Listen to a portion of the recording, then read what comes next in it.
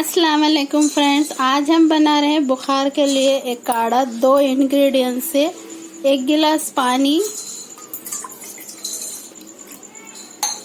और थोड़े तुलसी के पत्ते, 5 से 6 तुलसी के पत्ते। अब हम इसे बॉईल करेंगे। 1 गिलास पानी आधी गिलास हुए तक हम इसे बॉईल करेंगे।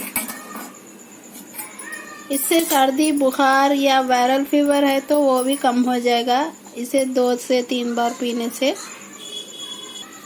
इसे हम अच्छे से औंठने देंगे। इसका ये पत्तों का फ्लेवर इसके अंदर आ जाना, वाटर के अंदर।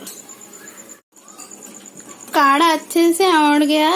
अब हम इसे ठंडा हुए बाद 1 गिलास में डाल लेंगे। 1 गिलास पानी डाले तो ये आधी गिलास हो गया।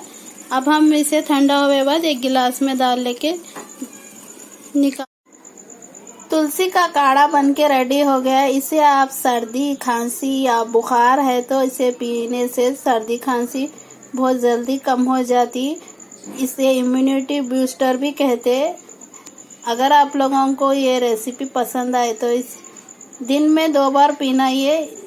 इसे अगर आप लोगों को ये रेसिपी पसंद आए तो इसे लाइक शेयर और हमारे चैनल पर पहली बार आए तो इसे सब्सक्राइब कर लीजिए। शुक्रिया।